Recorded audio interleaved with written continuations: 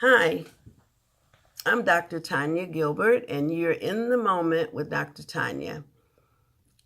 I'm sitting here today just contemplating and thinking about the things that are going on in our social climate. And there's so many things that's happening so quickly, and there's so many things that seem like they just stay the same.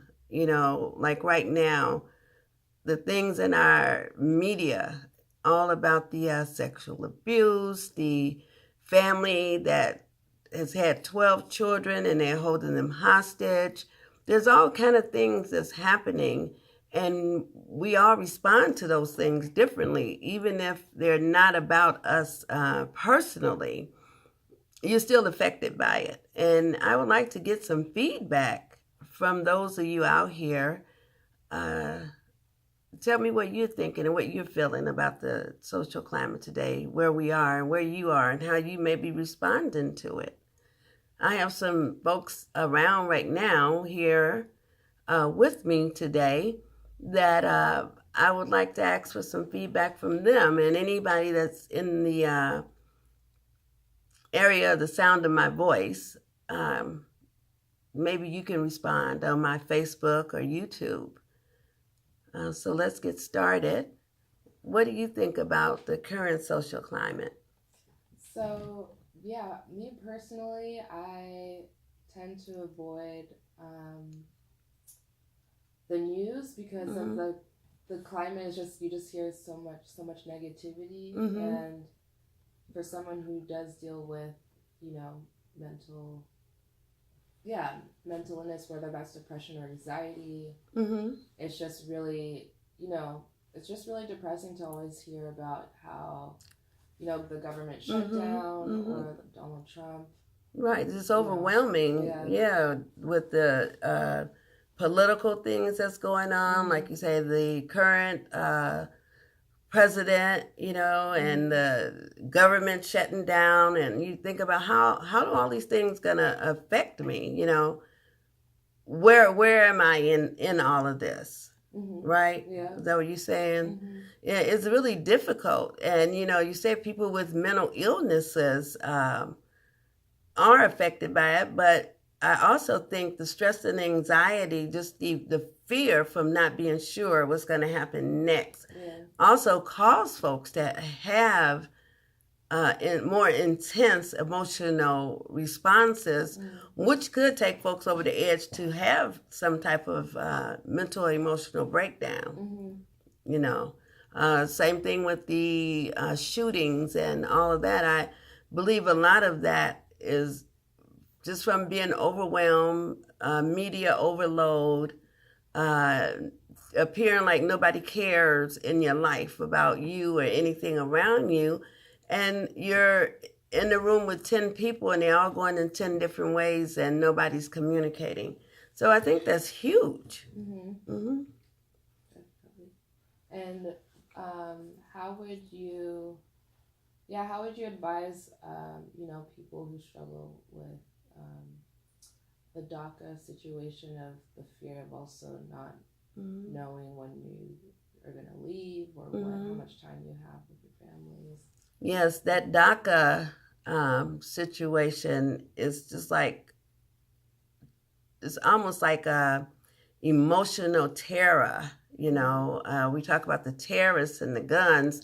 That it feels like that's like emotional terror. Mm-hmm. Here it is. Granted, there are people from every uh, race, ethnic group, here in America and other places that do all kind of things that they shouldn't do. That's against the law.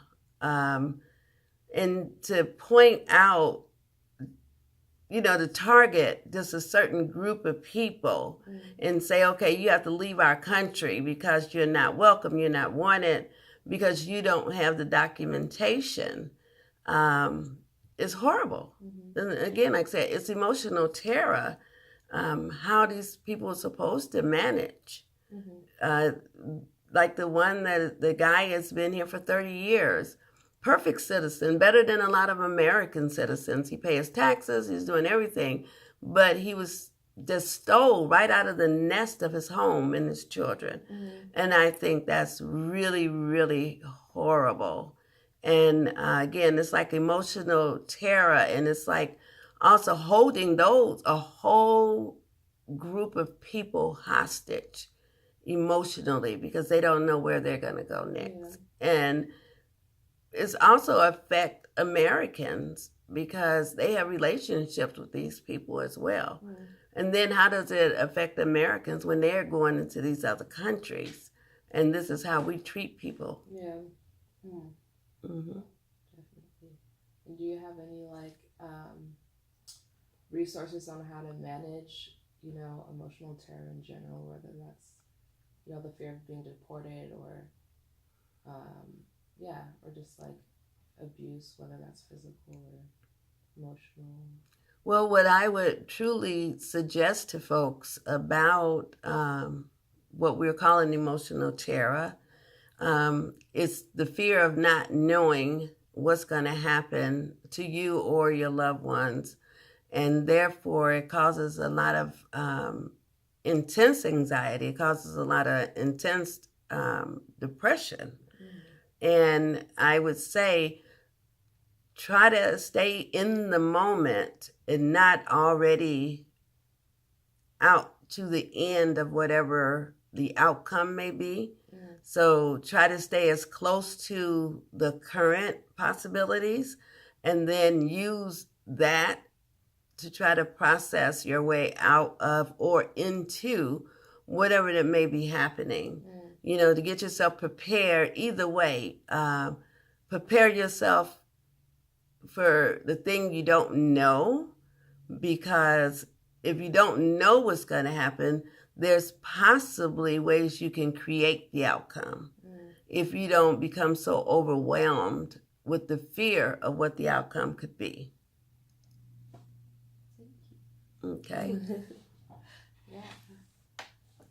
All right. Anything else you're thinking of you want to share or talk about today? I think, maybe one last topic would be, how America is with all these sexual assault allegations with men, primarily men in power. Well, my thought on all of these allegations connected to sex, sexual assault, rape, is really heart-wrenching, truly heart-wrenching. And it's empowering in one hand to see these women come out and stand up and talk about it. And then the other hand, it's just like, oh my God, this is horrible. But the truth be told, it's not new. And it makes me sad to say that. It's not new. And we just happen now, I believe, to have a generation of women that's willing to step up and step out, that has the courage to take that risk, to talk about this is what happened to me, and not just sweep it under the carpet and keep going. When we talk about Hollywood, I'm not in Hollywood, and I've always known that the casting couch exists.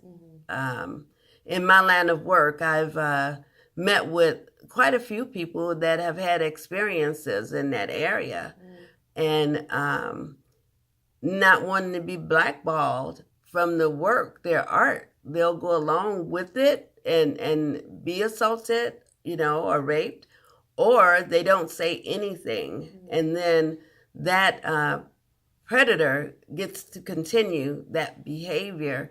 And like with anything, if it's allowed and you keep getting away with it, then somehow that validates it's okay. It's like nobody say anything about it. So now you're giving that person permission to continue, to move forward in doing that.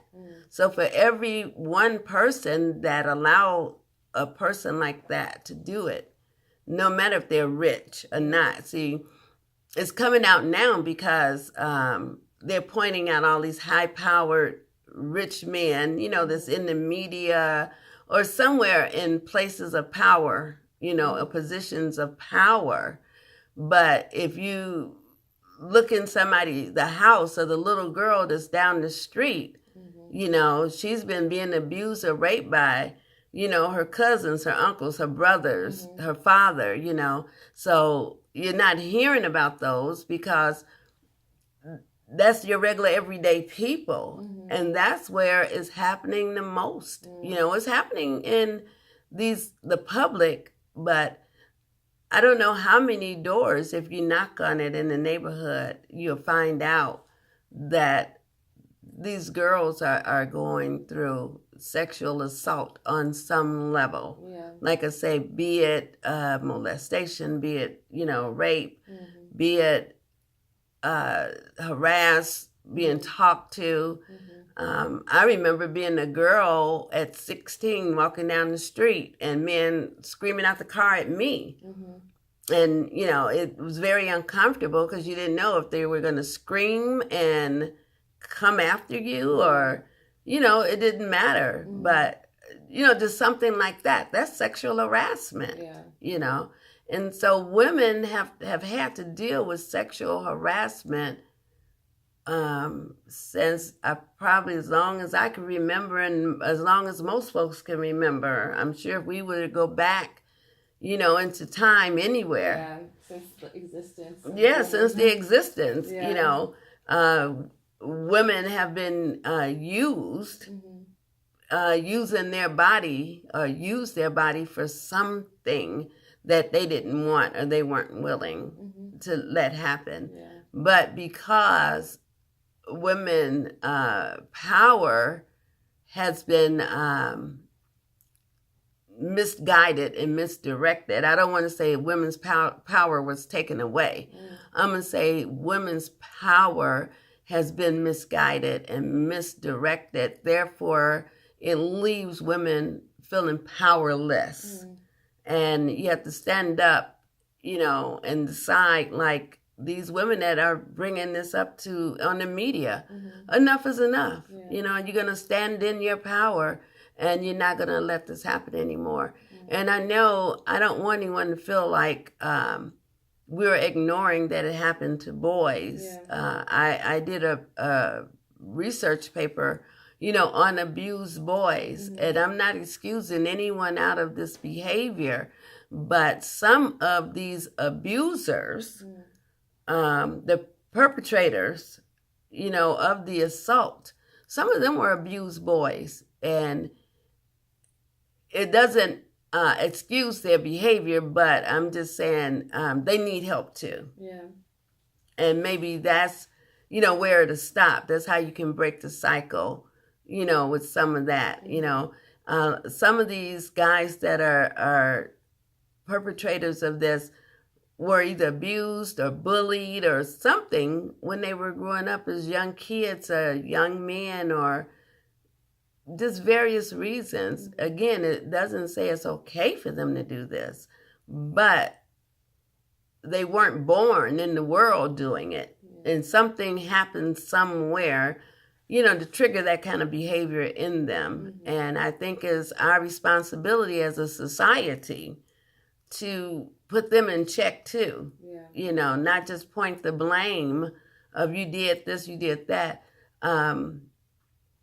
Give them some service to break that cycle so it all can stop. Yeah. Again, thank you. Thank you. You're in the moment with Dr. Tanya. And if you'd like to continue with this conversation or talk with me about many different things, you can call 1-844-Dr. Tanya. That's 1-844-Dr. Tanya. DRTANYA. And thank you for taking time and viewing my video. Follow me on YouTube, Facebook, and Instagram. Or just call. Talk to you later.